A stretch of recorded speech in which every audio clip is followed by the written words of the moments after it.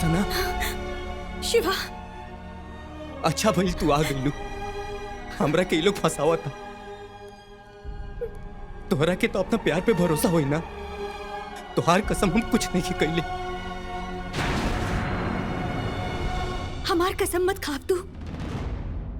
क्या हुआ तू हमार? हाँ, काहे हमार झूठा कसम खाइबा तू? अरे हमके तो शर्म आवत बाकी हम तोरा जैसे नीच इंसान से प्यार कैले बानी जे आपन हवस के खातिर कोनो हद तक गिर सकेला। अरे सना तू गलत समझत बाड़ू। हम कुछ नहीं कइले। अरे गलत इंसान की गलत ना समझे तो का समझे? अरे बहुत अच्छा भइल कि तोहार असली चेहरा हमरा सामने आ गइल, वरना हम अपन परिवार के छोड़ के तोहारे झूठा सुख के चक्कर में अपन पूरा जिंदगी बर्बाद कर लेले रहते हम। और हाँ, एक बात सुन ला, शादी तो हमार जरूर हुई, वह दिन, वह तारीख और वह समय पर तरह से ना, ओकरा से जिकरा से हमार अब्बू चाहिए। समझला? और आपन घटिया शक्ल हमरा के दोबारा मत दिखाइया। और आपन घटिया शक्ल हमरा के दोबारा मत दिखाइया।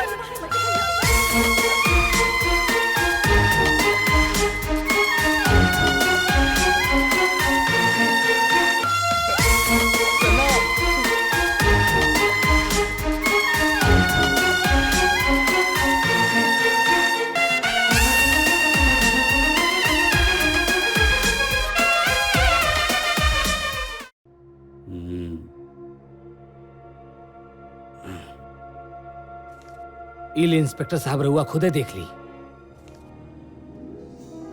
ठीक बा दरोगा जी, 3 दिन बाद हमार बेटे के निकाह बा। उम्मीद बा के रवा तरफ से कोनो दिक्कत ना हुई। दरोगा जी, सेवा सत्कार में कोनो कमी ना होके के चाहिए। बाकी रवा तो खुदे समझदार बानी। चला तानी। ठीक है।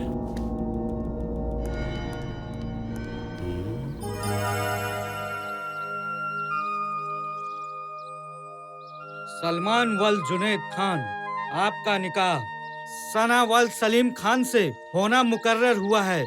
क्या आपको कबूल है? कबूल है। क्या आपको कबूल है? कबूल है। क्या आपको कबूल है? कबूल है। सुभान अल्लाह।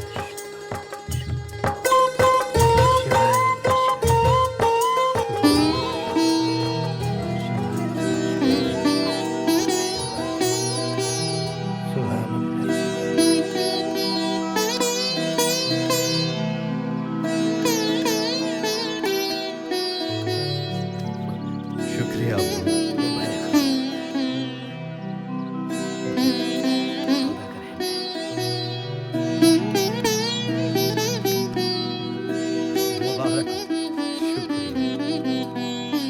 लीजिए, यहाँ साइन करिए।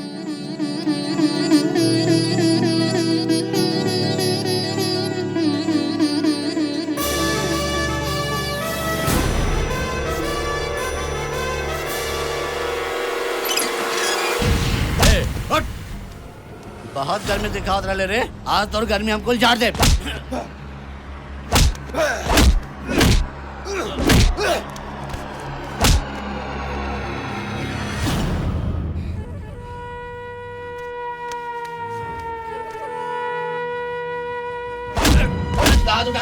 लटका दे इसे। तो ना धुलाई करे कि नानी की याद आ जावे। ले जाए करा के।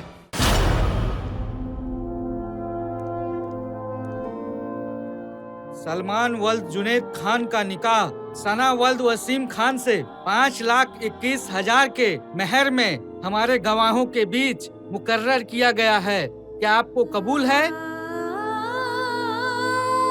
क्या आपको कबूल है? क्या आपको कबूल है? कबूल है।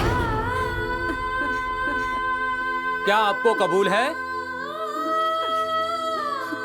कबूल है। क्या आपको कबूल है?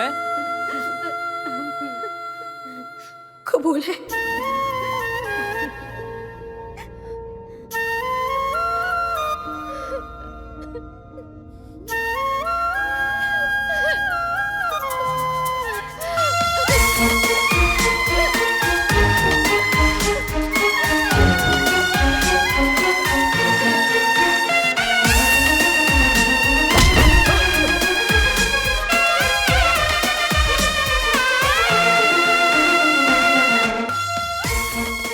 जनाब जी। अरे काम तो द्वार हो गइल बा। बकरा बेहोश बा। अब आगे का करे बा तनी बतावा हमरा के। ओकरा के शहर से इतना दूर भेज दा कि चाह करके भी ओकर परिवार वाला ओकरा के ढूंढ ना पाए, और ओकरा घरे खबर भेज दा कि वो जेल से भाग गइल बा। ठीक है जनाब। एकरा कोनो ट्रक में डाल के भेज दो शहर में, समझला?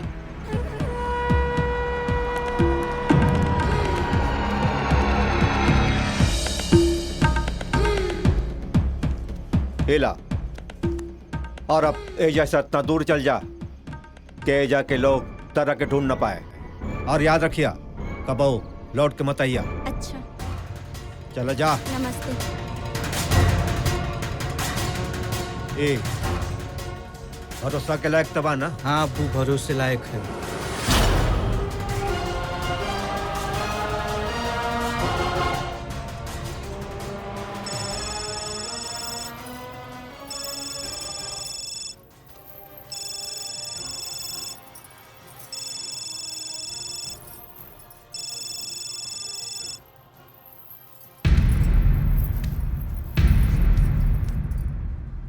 दीदी, तुम्हारे साथ गलत हुआ। अच्छा, वो सारा किया धरा अब्बू का था। वो सब कुछ अब्बू ने करवाया था और भाईजान ने।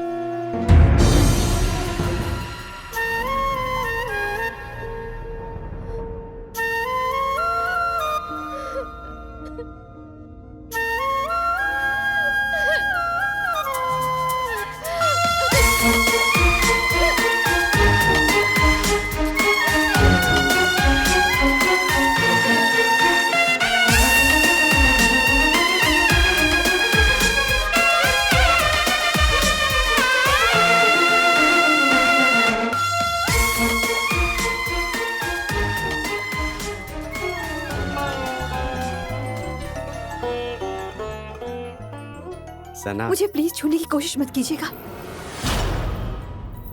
मैं मरना पसंद करूंगी लेकिन मैं आपकी कभी नहीं होंगी। ये कैसी बात कर रही है सना? आज तो हमारा निकाह हुआ है, आज तो हम आपसे मिल रहे हैं, आपसे अभी तक कोई बात भी नहीं की। फिर भी अगर मुझसे कोई गुस्ताखी हो गई हो तो बता दीजिए। अगर मुआफी के लायक होगा तो मैं मुआफी मांग लूंगा आपसे। मेरे साथ चल करके अगर कोई ये सोचे कि बदले में अगर मैं उन्हें खुशियां दूंगी ना, तो ये सबसे बड़ी भूल है। और मैं जिंदगी भर उन्हें उन चीजों के लिए कभी माफ नहीं करूंगी। पर बात क्या? प्लीज मुझे मत छूइए, मैं आत्महत्या कर लूंगी। आपको अल्लाह का वास्ता है और मेरे करीब भी मत आइएगा। और आपके लिए सबसे अच्छा यही रहेगा कि जितना हो सके मुझसे दूर रहिए, प्लीज।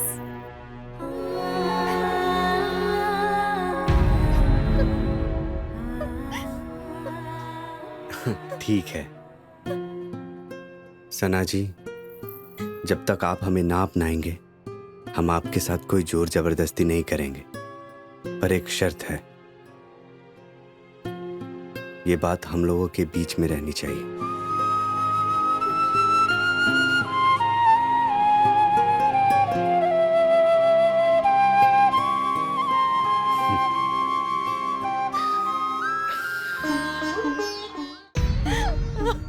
ए जी, हमार बेटा कौने हाल में हुई, कहाँ खात पियत हुई? हम तो कुछ समझ ही न पावत है। चाचा जी रउआ चुप हो जाई। शिवा के हम जाना तानी, उन निर्दोष बा। उ आई जरूर आई, ओकरा के हम बचपन से जानी ला। बुढ़िया माई के चुप कराओ रे। माई, शांत। ए चाची मत रो, माई। सब ठीक हो जाई। शिवा के कहाँ छुपा के रख ले बड़ा तू लोग? छुपा के रखे? हाँ। कर गिरफ्तार करके आप रह गया है। शिवा जेल तोड़ के भाग गइल बा। हाँ भाग गइल बा। सुना, अगर छुपा के रख ले बड़ा तो बता दा हमरा के। ये का कहा था? याद रखिए, अगर हमें कदम मिली तो गोली मार दे बोकरा के। ऐसा ना चलो। करिए दरोगा साहब।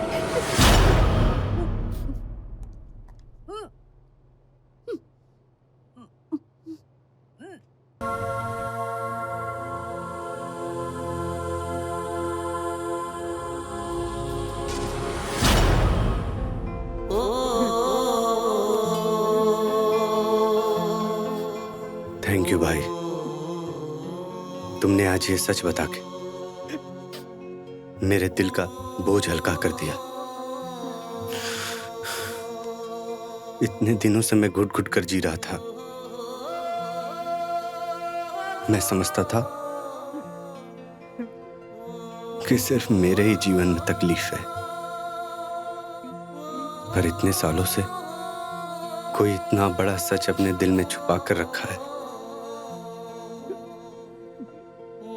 सना सच में महान है।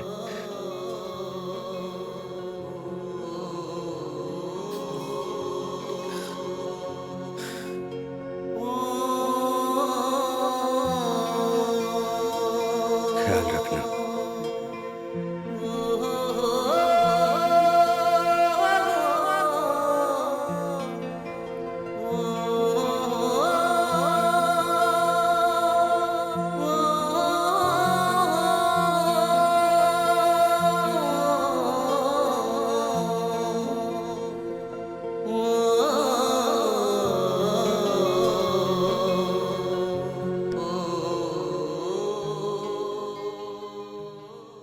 सना, आप अभी तक उदास हो?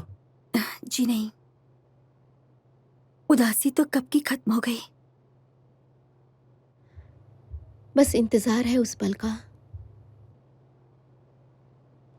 वैसे एक बात तो है, आपका इश्क अटूट है। वो इश्क है आपका जो कभी मरा ही नहीं था, और जब मरा नहीं था तब हम आपको अपनाना चाहते थे, पर आज तो वो जिंदा है।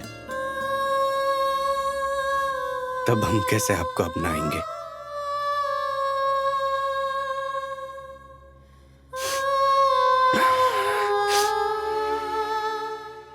आपने भी कम नहीं सहा है।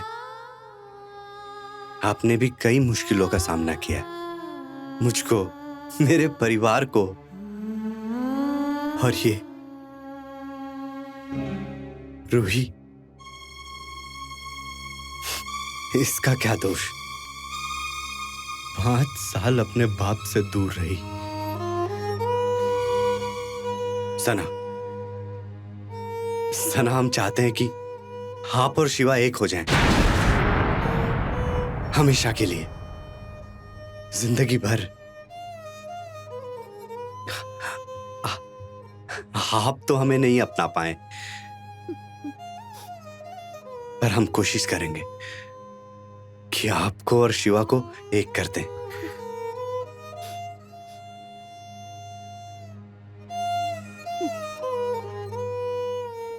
हाँ हाँ बिल्कुल ठीक है जी। और मैं देख लूंगा, आप परेशान मत होइए। रूही बेटा, बाकी तो सब अल्लाह की मर्जी है। ओके, हम इंतजार करेंगे।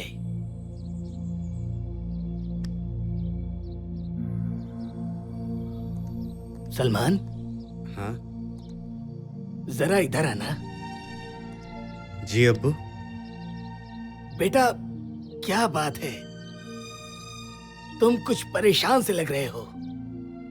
नहीं अब्बू, ऐसी कोई बात नहीं। बेटा, कुछ तो परेशानी है जो तुम मुझसे छुपा रहे हो। बता दो ना, मन हल्का हो जाएगा। अब्बू, आप बिला वजह परेशान मत होइए, मैं बिल्कुल ठीक हूँ। तुम्हारे अब्बा सही कह रहे हैं, कुछ तो है जो तुम हमें नहीं बता रहे हो। बेटा, तुम ध्यान नहीं देते बहू पर। आजकल बहू बहुत बाहर जा रही है, थोड़ा ध्यान दो बेटा, घर की इज्जत है वो।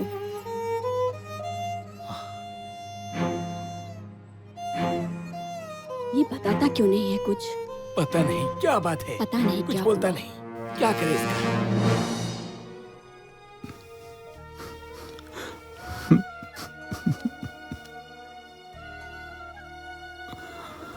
अरे कितना दिन हो गई तोर का गए। अरे बुढ़ापा का लाठी तो तू ही हुआ ना बेटा। हाँ। अगर तू लौट के ना आइला ना तो पता नहीं हमने का होई।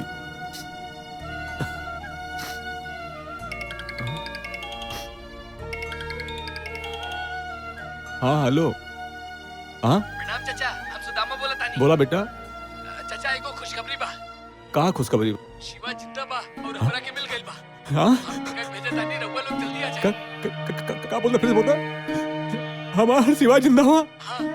हमार शिवा जिंदा बा? हे महादेव! हे शिवक माई!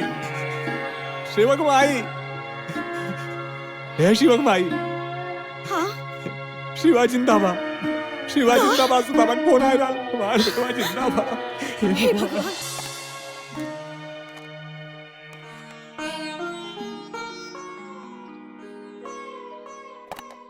आज से एक टिफिन और बना दीजिए। आज हम सब साथ में खाना खाएंगे। नफरत करके तो देख लिया, एक बार प्यार करके देखते हैं आपसे। Thank you. सुदामा, सुदामा, ए सुदामा। हाँ चाचा, चाचा प्रणाम प्रणाम। खुश रह बेटा। प्रणाम। अब हमार सिवा कहाँ बा, कैसन बा, बताबा ना, बताबा, चाची, बताबा। ठीक बा। हमार बेटो कहाँ है हमार बेटो? चाचा जी, हाँ? शिवा ठीक बाड़े, शिवा वहाँ बाड़े। पकड़ के। हाँ, हाँ, आओ चला, चला, ले चला। ए शिवा, ए शिवा।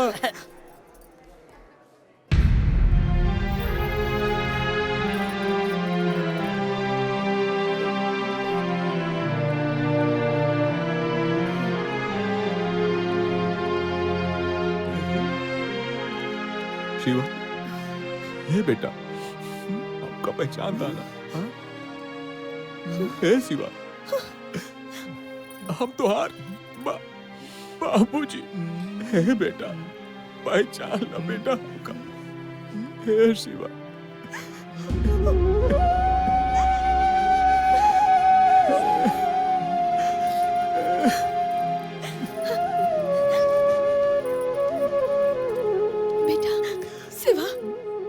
बेटा, दिखा था तो हर माई तरह से मिले आइल बा। ए बाबू, एक बार बोला ना बाबू, देखा ना, कुछ तो बोला ना बाबू, कुछ तो बोला, कुछ तो बोला, कुछ तो बोला ना बाबू। ए बेटा, कुछ तो बोला ना बाबू, बोलत काहे नहीं खा, कुछ तो बोला। ए बाबू बोला ना। ए जी देखे ना, कुछ नहीं के बोलत। शिवा के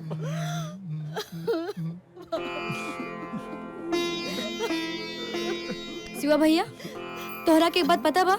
हमर सब सहेली के घर पे भुजाई आगल बाड़ी और सबके घरे ननद भुजाई में खूब झगड़ा हो खेला।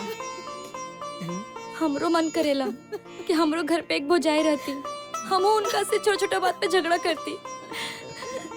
ए भैया, बात करे ना हमने से। तोहरा घर से जाते ही सब कुछ खत्म हो गई। हमने से बात करा ना भैया, देखा माँ बाबूजी के का हाल हो गइल बा। तो हर शोक में। ए भैया, बात करा ना हमने से।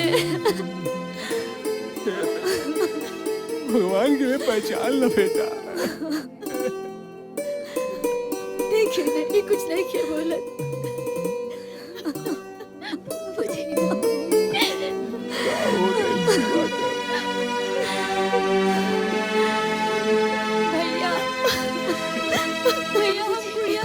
बेटा, तू कुछ बोलबू ना, शायद बोल दी कुछ। देखा ना, तू बोला ना, कुछ नहीं के बोलत। हमने के नहीं के पहचानत जी। डॉक्टर साहिबा, हमार बेटा शिवा का हो गइल बा? ओके कुछ याद काहे नहीं आ रहल बा? देखिए आप लोग, हम अपना तरफ से प्रयास कर रहल बानी। बाकी इस तरह के केसेस में ठीक होके के चांसेस ज्यादा बा। लेकिन शिवा के केस थोड़ा अलग बा। हाँ? उनका याददाश्त वापस ना आवे के वजह ई बा कि उनका सर पर एक बार ना कई बार चोट लगला के वजह से उनके सर के नस दब गई बा। और सर के नस बहुत ही नाजुक होला। ऑपरेशन से ठीक तो हो जाए, लेकिन रिस्क बहुत बा। डॉक्टर साहब, कोनो उपाय तो हो ही ना, हमार शिवा ठीक तो हो जाए ना? हाँ, उपाय तो बा। हमने के अपना तरफ से पूरा प्रयास तक करते बानी जा और चाहत आने की दवाई से ठीक हो जाए और ऑपरेशन करे की जरूरत भी ना पड़े। काहे कि ऑपरेशन से जान भी जा सकेला।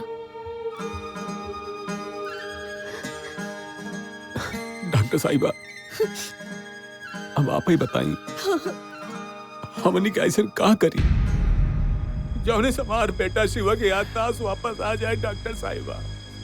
एक उपाय बा।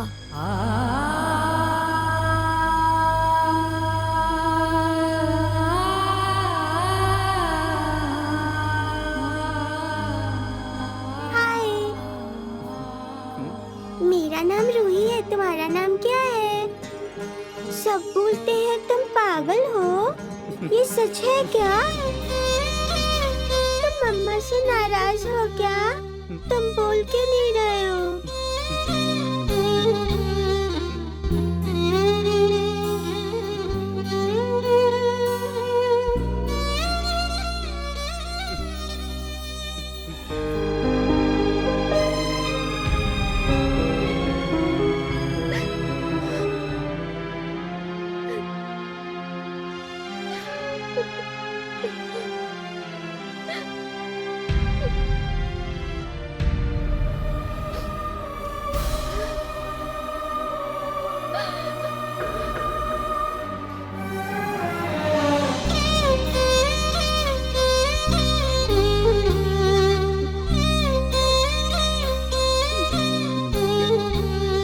बिटिया तू रोवा मत,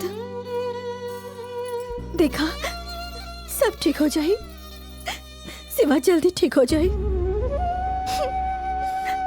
माँ जी, शिवा की ये हालत हमारी वजह से भइल बा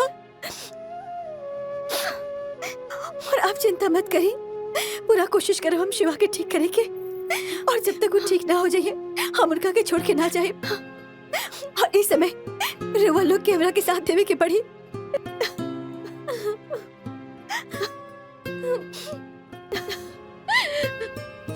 तोहर कोनो गलती नहीं के। शिवा के हम जरूर वापस ले आए, ये हमारे खुद से वादा बा। बहन जी, मैं आपकी बेटी को समझा समझा कर थक गई, वो मानने को तैयार नहीं है। आप ही उसको समझाइए, ये दो परिवार का मामला है।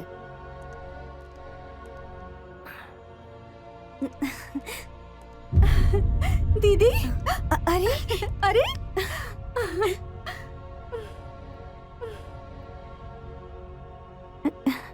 तुम ठीक हो ना? हाँ, हम ठीक बनी। अब का करे आइल बानी रुआ लोगन? ऐसा मत बोलो बेटी, हमने के जौन कुछ भी कहीं नहीं जा, तोरा भलाई खातिर कहीं नहीं जा।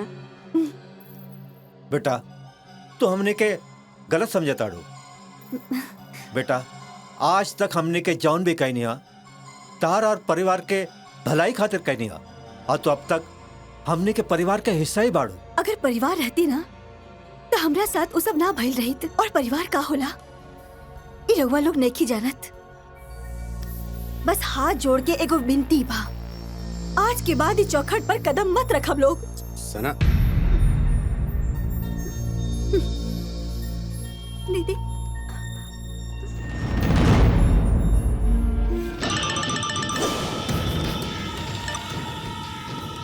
हम बोला तानी वो फिर से ठीक हो गई बा, लेकिन अब की बार वो बचे के ना चाहिए, ओकर काम तमाम कर दे, समझ ले।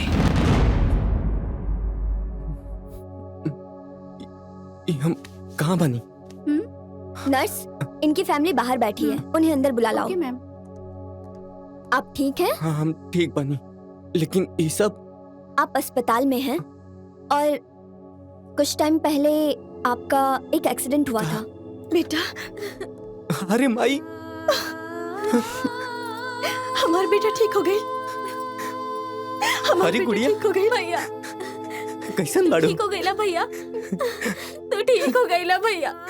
माई, भैया ठीक हो गए माई, तू बिल्कुल ठीक हो गई ना भैया। अरे देवी माई, माई बाबूजी कहाँ पड़े? बाबूजी दवाई लेवे खातिर गइल बाड़े, जल्दी आ जाइए। देवी माता तोरा के ठीक कर देली। डॉक्टर, भाई ये सब कैसे भाई? कुछ ना भइल, सब ठीक हो जाए, कुछ ना भइल तोरा के। शिवा, भगवान के लाख लाख शुक्र बा कि तू ठीक हो गेला। तू ठीक हो गेला, हम बहुत खुश बानी। अब सब ठीक हो जाए शिवा। हमने के को बेटी शिवा, शिवा हमके पहचाना ताड़ा ना? तू क्या हो? हम पहचानत नहीं की तरह के।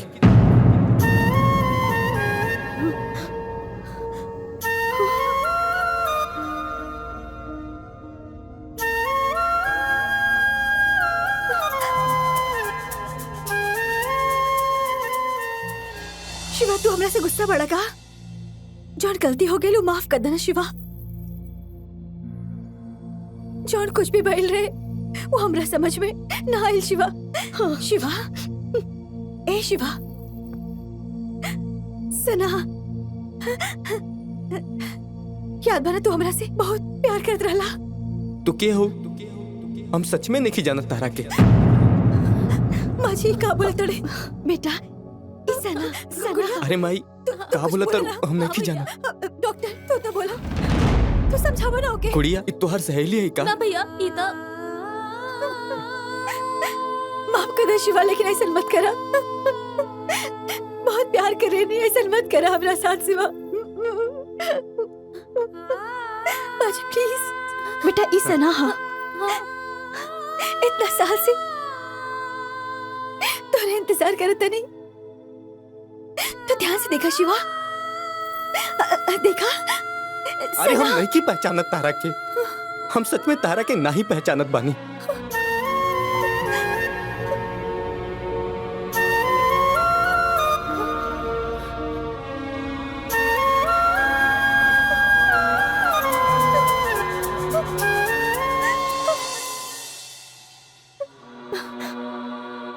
कुछ ना बेटा, के है माई? इनके हम सच में नहीं की कुछ पहचानत। ना, सब याद आ जाए बेटा। तो चिंता मत कर, सब ठीक हो जाए, सब ठीक हो जाए।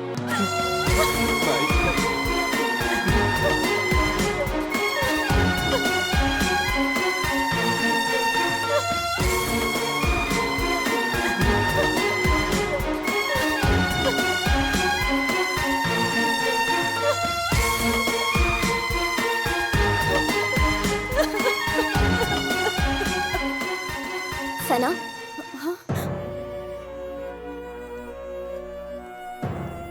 आप ऐसे निराश मत होइए। मैंने ऐसे केसेस बहुत देखे हैं, जैसे उनको उनका परिवार याद आ गया, उसी तरीके से आप भी याद आ जाएंगी। मैं ये सजेस्ट करूंगी कि जहां पर आप उनसे फर्स्ट टाइम मिले थे, आप उनको फिर लेकर जाइए। शायद उनको सब कुछ याद आ जाएगा आपके बारे में। Thank you. देखो शिवा, पहली बार हम दोनों यही मिले थे, कुछ याद आया? और वहां पर मैंने तुम्हें मना किया था कि मुझे ऊंट से डर लगता है, फिर भी तुमने मुझे ऊंट पे बिठाया और फिर मैं रोने लगी थी। याद आया? ना कुछ नहीं किया याद हो।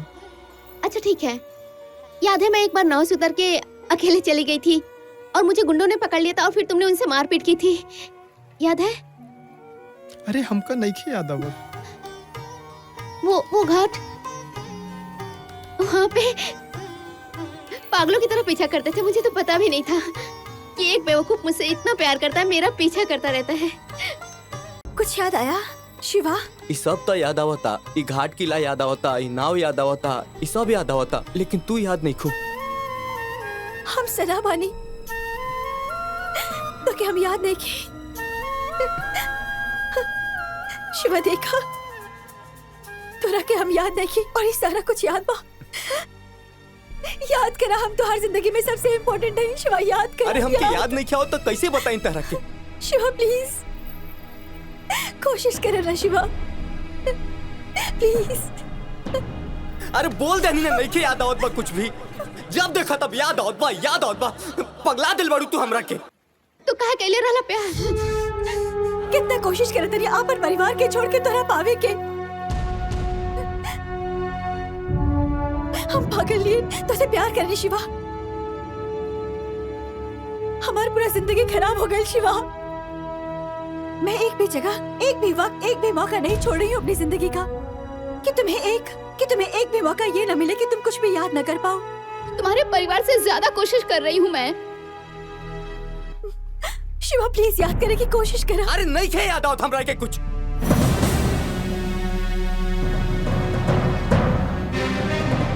तुम प्लीज फिर से याद करने की कोशिश करो ना। नहीं खे याद आवत हमके। तू चाहते नहीं खा याद करेंगे।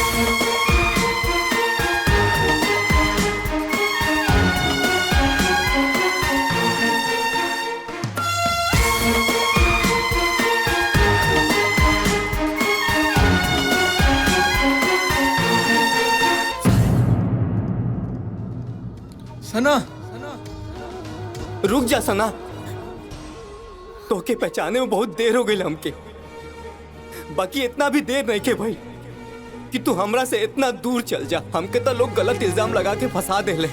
लेकिन तोके कैसे इतना देर हो गई हमरे पास आवे में? शिवा, एमे तार कोनो गलती ना। हम आपन गलतफहमी के चक्कर में तो क्या अपना से दूर कर देनी। हमनी के प्यार इतना कमजोर रहे कि तोहके केहू भी गलतफहमी के शिकार बना देलस। अरे जब से तू हमरा जीवन में आइल बाड़ू, तब से हम तोहरे अलावा केहू के बारे में ना सोचनी। हम आज भी तो से उतना ही प्यार करेनी जितना पहले करत रही। आई लव यू सना, आई लव यू।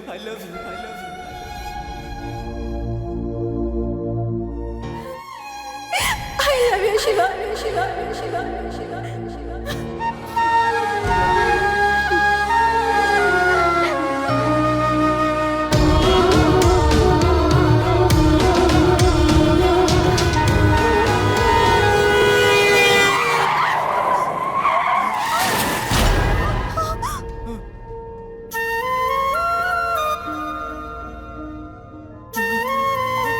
सना,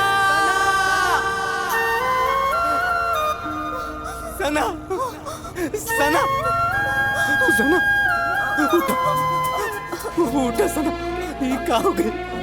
ये का भइल सना?